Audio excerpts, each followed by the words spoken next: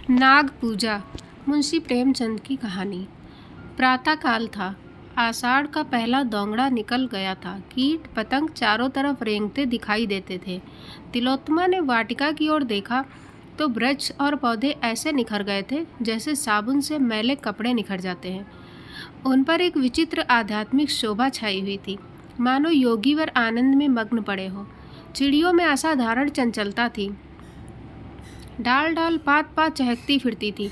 तिलोत्तमा बाग में निकल आई। वह भी इन्हीं पक्षियों की भांति चंचल हो गई थी। कभी किसी पौधे को देखती, कभी किसी फूल पर पड़ी हुई जल की बूंदों को हिलाकर अपने मुंह पर उनके शीतल छींटे डालती। लाल बीर बहुटियाँ रेंग रही थी। वह उन्हें चुनकर हथेली पर रखने लगी। सहसा उसे एक काला बृहत्काय सांप रेंगता दिखाई दिया। उसने चिल्लाकर कहा, अम्मा, नाग जी जा रहे हैं, लाओ थोड़ा सा दूध उनके लिए कटोरे में रख दो। अम्मा ने कहा, जाने दो बेटी, हवा खाने निकले होंगे। तिलोत्तमा, गर्मियों में कहाँ चले जाते हैं? दिखाई नहीं देते। माँ, कहीं जाते नहीं बेटी, अपनी बाम्बी में पड़े रहते हैं। तिलोत्तमा, और कहीं नहीं जाते? माँ, बेटी हमारे देवता हैं, और कहीं क्यों जाएंगे? तुम्हारे जन्म के साल से ये बराबर यहीं दिखाई देते हैं। किसी से नहीं बोलते, बच्चा पास से निकल जाए पर जरा भी नहीं ताकते। आज तक कोई चूहिया भी नहीं पकड़ी। तिलोत्तमा, तो खाते क्या होंगे? माँ, बेटी, ये लोग हवा पर रहते हैं, इसी से इनकी आत्मा दिव्य हो जाती है। अपने पूर्व जन्म की बातें इन्हें याद रहती हैं,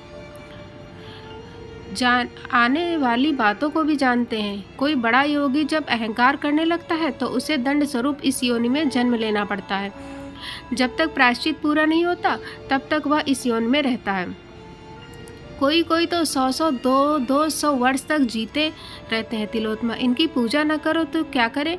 माँ, बेटी, कैसी बच्चों की सी बातें करती हो। नाराज हो जाए तो सिर पर न जाने क्या विपत्ति आ पड़े।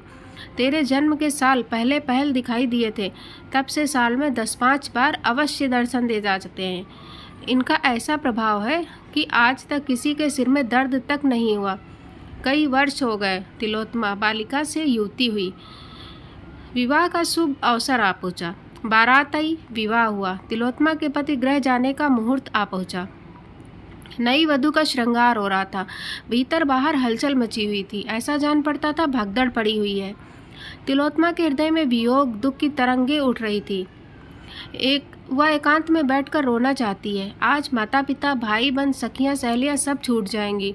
फिर मालूम नहीं कब मिलने का संयोग हो। न जाने अब कैसे आदमियों से पाला पड़ेगा। न जाने उनका स्वभाव कैसा होगा। न जाने कैसा बर्ताव करेंगे। अम्मा की आंखें एक क्षण भी न थमेंगी। मैं एक दिन के लिए कहीं चली जाती थी तो रो रोकर व्यथित हो जाती थी। अब यह जीवन पर्यंत का वियोग कैसे सहेंगी? उनके सिर में दर्द होता था तो जब तक मैं धीरे धीरे ना मलूं, उन्हें किसी तरह कल चैन ही ना पड़ती थी। बाबूजी को पान बनाकर कौन देगा? मैं जब तक उनका भोजन न बनाऊं, उन्हें कोई चीज़ रुचती ही ना थी। अब उनका भोजन कौन बनाएगा? मुझसे इनको देखे बिना कैसे रहा जाएगा?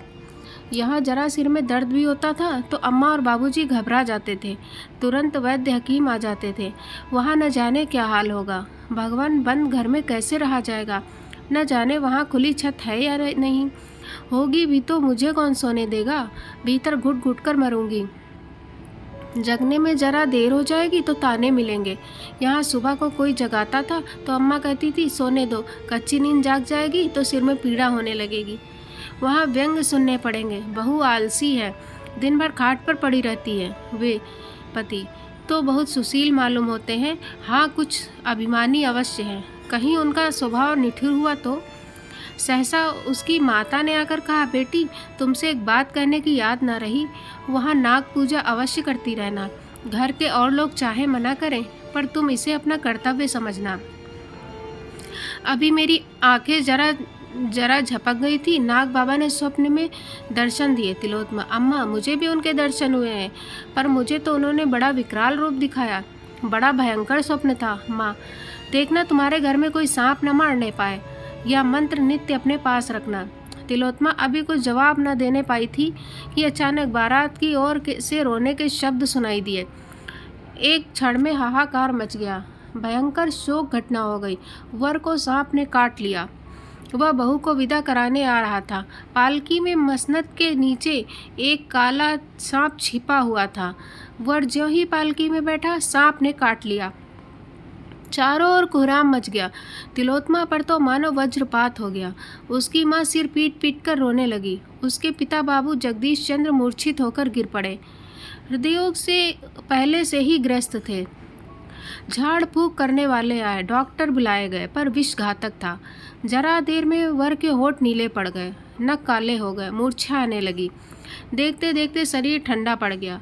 इधर उषा की लालिमा ने प्रकृति को आलोकित किया, उधर टिमटिमाता हुआ दीपक बुझ गया। जैसे कोई मनुष्य बोरों से लदी हुई नाव पर बैठा हुआ मन में झुंझलाता है कि यह और तेज क्यों नहीं चलती, कहीं आराम से बैठने की जगह नहीं, यह इतनी हिल क्यों रही है, मैं व्यर्थ ही इसमें बैठा।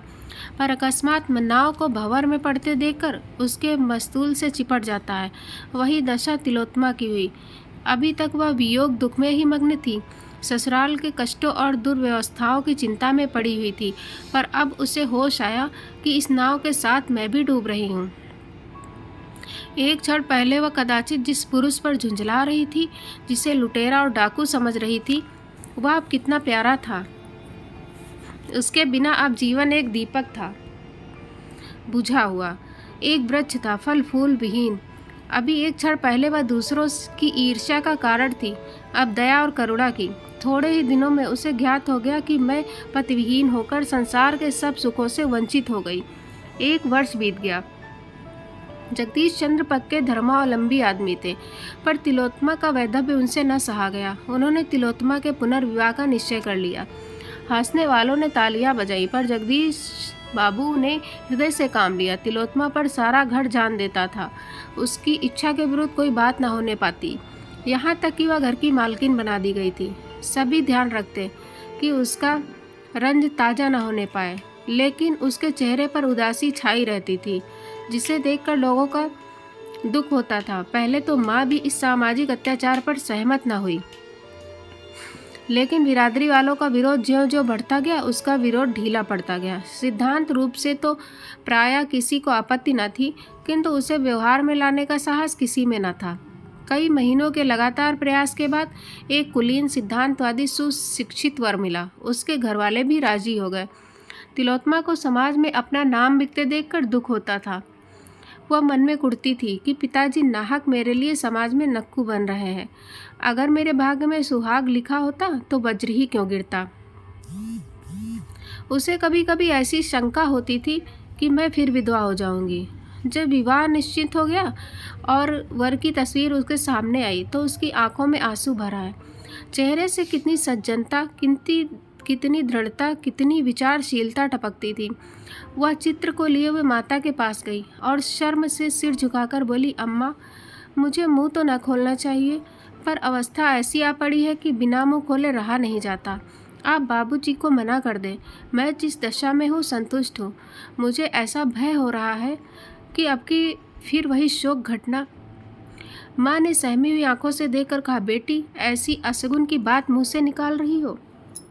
तुम्हारे मन में भय समा गया है, इसी से यह भ्रम होता है। जो होनी थी वह हो चुकी। अब क्या ईश्वर तुम्हारे पीछे पड़े ही रहेंगे। तिलोत्मा, हाँ, मुझे तो ऐसा मालूम होता है। माँ, क्यों, तुम्हें ऐसी शंका क्यों होती है। तिलोत्मा, न जाने क्यों, कोई मेरे मन में बैठा हुआ कह रहा है कि फिर अनिष्ट होगा। मैं प्रायः नित्य डरावने सपने देखा करती हूँ। रात को मुझे ऐसा जान पड़ता है कि कोई प्राणी जिसकी सूरत सांप से बहुत मिलती जुलती है मेरी चारपाई के चारों ओर घूमता है। मैं भय के मारे चुप्पी साध लेती हूँ, किसी से कुछ कहती नहीं। माँ ने समझा यह सब भ्रम है। विवाह की तिथि नियत हो गई। यह केवल तिलोत्मा का पुनः संस्कार न था, बल्कि समाज सुधार का एक क्रियात्मक उदाहरण था। समाज सुधारकों के दल दूर से विवाह में सम्मिलित होने के लिए आने लगे। विवाह वैदिक रीति से हुआ। मेहमानों ने खूब व्याख्यान दिए, पत्रों ने खूब आलोचनाएं की। बाबू जगदीश चंद्र के नैतिक साहस की सराहना होने लगी। तीसरे दिन बहू के विदा होने का मुहूर्त था। जनवासे में यथासाध्य रक्षा के सभी साधनों से काम लिया गया। बिजली की रोशनी से सारा जनवासा दिन सा हो गया था। भूमि पर रेंगती हुई चींटी भी दिखाई देती थी। केशों में न कहीं सिकन थी न सिलवट और न झोल। सामियाने के चारों तरफ कनातें खड़ी कर दी गई थी। किसी तरफ से कीड़े मकोड़ों के आने की संभावना न थी, पर भावी प्रबल होती है। प्रातःकाल के 4 बजे थे। तारागढ़ों की बारात विदा हो रही थी। बहू की विदाई की तैयारी हो रही थी। एक तरफ शहनाइयाँ बज रही थीं, दूसरी तरफ से विलाप की अंतर्ध्वनि उठ रही थी, पर तिलोत्तमा की आंखों में आंसू न थे। समय नाजुक था। वह किसी तरह घर से बाहर निकल जाना चाहती थी। उसके सिर पर तलवार लटक रही थी। रोने और सहेलियों से गले मिलने में कोई आनंद न था। जिस प्राणी का फोड़ा चिलक रहा हो उसे जर्राह कर घर बाग में सैर करने से ज़्यादा अच्छा लगे तो क्या आश्चर्य है। वर को लोगों ने जगाया। बाजा बजने लगा। वह पालकी में बैठने को चला कि वधू को विदा करा लाए, पर जूते में पैर डाला ही था कि चीख मारकर पैर खींच लिया। मालूम हुआ पाँव चिंगारियों पर पड़ गया। देखा तो एक काला सांप जूते में से निकलकर रेंगता चला जाता था। देखते देखते गायब हो गया। वर ने एक सर्द आ भरी और बैठ गया। आंखों में अंधेरा छा गया। एक क्षण में सारे जनवासे में खबर फैल गई। लोग दौड़ पड़े। औषधियाँ पहले ही रख ली गई थी। सांप का मंत्र जानने वाले कई आदमी बुला लिए गए थे। सभी ने दवाइयाँ दी। झाड़ फूंक शुरू हुई। औषधियाँ भी दी गई, पर काल के सामने किसी का वश न चला। शायद मौत सांप का वेश धरकर आई थी। तिलोत्तमा ने सुना तो सिर पीट लिया। वह विकल होकर जनवासे की तरफ दौड़ी। चादर ओढ़ने की भी सुधि न रही। वह अपने पति के चरणों को माथे से लगाकर अपना जन्म सफल करना चाहती थी। घर की स्त्रियों ने रोका। माता भी रो रो कर समझाने लगी, लेकिन बाबू जगदीश चंद्र ने कहा, कोई हरज नहीं, जाने दो। पति का दर्शन तो कर ले, यह अभिलाषा क्यों रह जाए।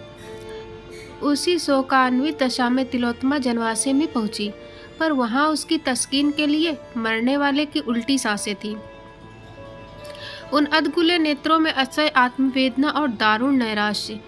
इस अद्भुत घटना का समाचार दूर दूर तक फैल गया। जड़वादी गढ़ चकित थे। यह क्या माजरा है। आत्मवाद के भक्त ज्ञातवाद से सिर हिलाते थे, मानो वे त्रिकालदर्शी हैं। जगदीश चंद्र ने नसीब ठोक लिया। निश्चय हो गया कि कन्या के भाग में विधवा रहना ही लिखा है। नाग की पूजा साल में 2 बार होने लगी। तिलोत्तमा के चरित्र में भी एक विशेष अंतर दिखने लगा। भोग और विहार के दिन भक्ति और देवाराधना में कटने लगे। निराश प्राणियों का यही अवलंब है। 3 साल बीते थे कि ढाका विश्वविद्यालय के अध्यापक दयाराम ने इस किस्से को फिर ताज़ा किया। वे पशु शास्त्र के ज्ञाता थे। उन्होंने सांपों के आचार व्यवहार का विशेष रीति से अध्ययन किया। वे इस रहस्य को खोलना चाहते थे। जगदीश चंद्र को विवाह का संदेशा भेजा। उन्होंने टाल मटोल किया। दयाराम ने और भी आग्रह किया। लिखा, मैंने वैज्ञानिक अन्वेषण के लिए यह निश्चय किया है कि मैं इस विषधर नाग से लड़ना चाहता हूँ। वह अगर 100 दांत लेकर आए तो भी मुझे कोई हानि नहीं पहुँचा सकता। वह मुझे काटकर आप ही मर जाएगा। अगर वह मुझे काट भी ले तो मेरे पास ऐसे मंत्र और औषधियाँ हैं कि मैं एक क्षण में उसके विष को उतार सकता हूँ। आप इस विषय में कुछ चिंता न कीजिए। मैं विष के लिए अजेय हूँ। जगदीश चंद्र को अब कोई उज्र न सूझा। हाँ, उन्होंने एक विशेष प्रयत्न यह किया कि ढाके में ही विवाह हो। अतः वे अपने कुटुंबियों को साथ लेकर विवाह के 1 सप्ताह पहले गए। चलते समय अपने संदूक, बिस्तर आदि खूब देखभाल कर रखे कि कहीं सांप उनमें छिपकर न बैठ जाए। शुभ लग्न में विवाह संस्कार हो गया। तिलोत्तमा विकल हो रही थी। मुख पर एक रंग आता था, एक रंग जाता था, पर संस्कार में कोई विघ्न बाधा न पड़ी।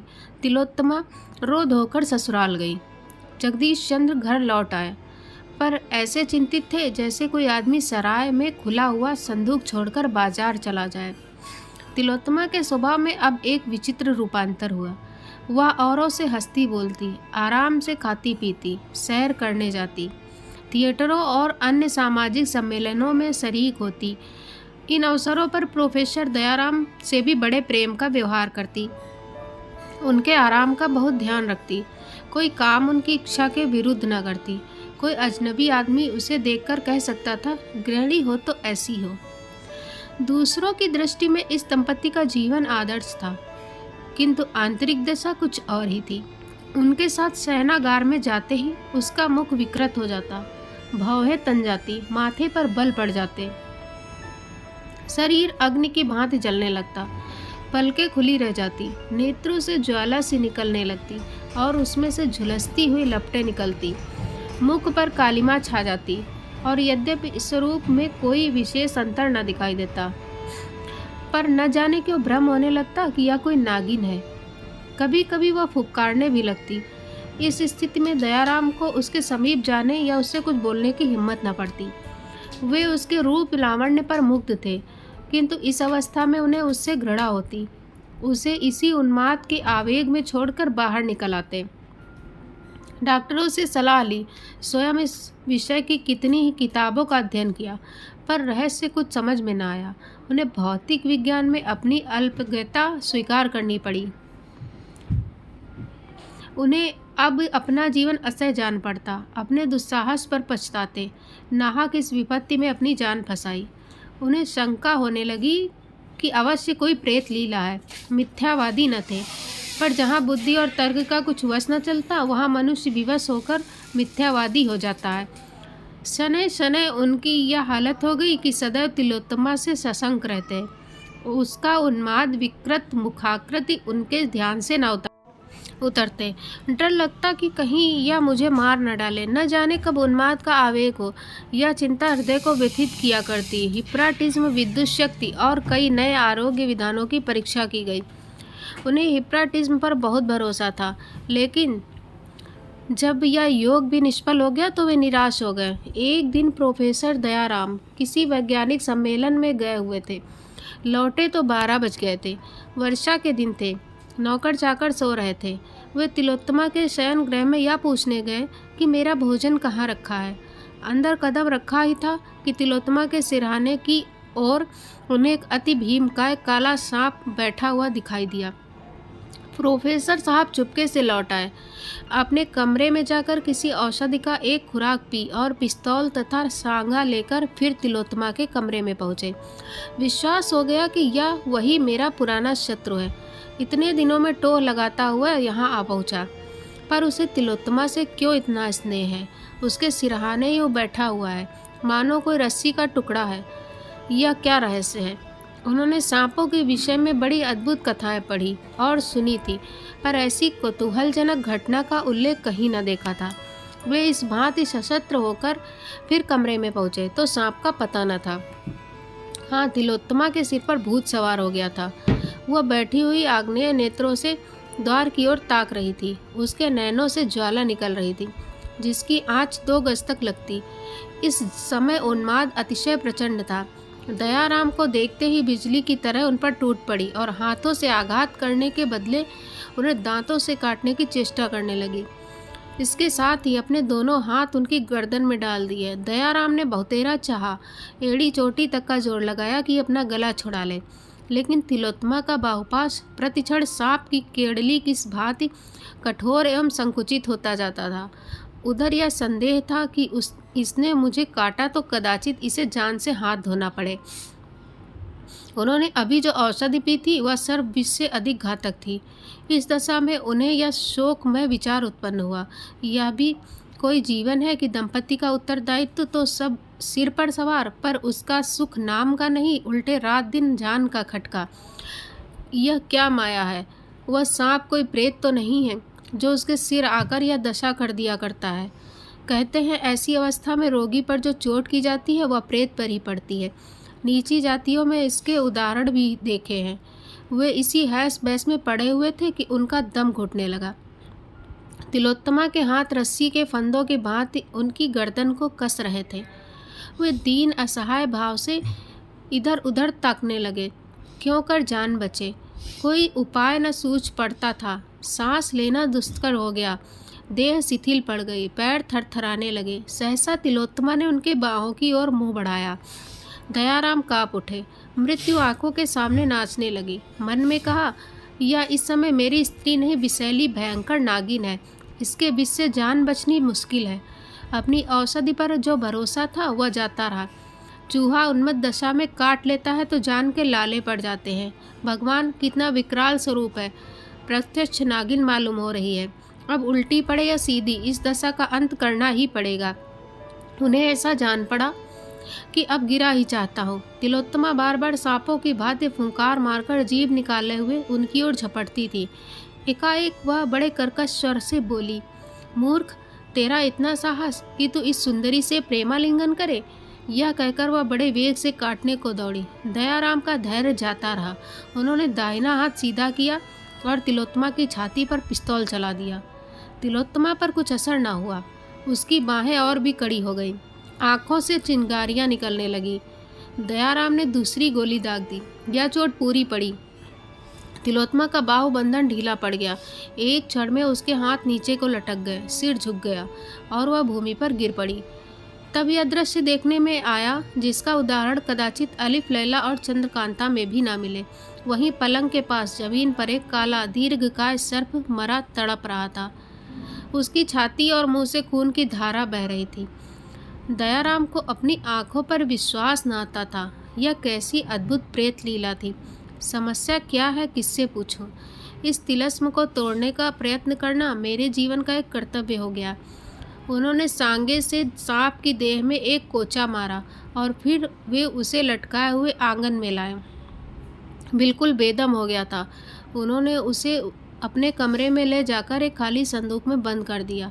उसमें भूस भरवाकर बरामदे में लटकाना चाहते थे। इतना बड़ा गेहूं वन सांप किसी ने न देखा होगा। तब वे तिलोत्तमा के पास गए। डर के मारे कमरे में कदम रखने की हिम्मत न पड़ती थी। हाँ, इस विचार से कुछ तस्कीन होती थी कि सर्प प्रेत मर गया है तो उसकी जान बच गई होगी। इस आशा और भय की दशा में वे अंदर गए तो तिलोत्तमा आईने के सामने खड़ी केश संवार रही थी। दयाराम को मानो चारों पदार्थ मिल गए। तिलोत्तमा का मुख कमल खिला हुआ था। उन्होंने कभी उसे इतना प्रफुल्लित न देखा था। उन्हें देखते ही वह उनकी ओर प्रेम से चली और बोली, आज इतनी रात तक कहाँ रहे? दयाराम प्रेमोन्नत होकर बोले, एक जलसे में चला गया था। तुम्हारी तबीयत कैसी है? कहीं दर्द नहीं है? तिलोत्तमा ने उनको आश्चर्य से देखकर पूछा, तुम्हें कैसे मालूम हुआ? मेरी छाती में ऐसा दर्द हो रहा है जैसे चिलक पड़ी हो। आशा करती हूँ दोस्तों कहानी पसंद आई होगी। कृपया चैनल को सब्सक्राइब करना ना भूलें। जय हिंद।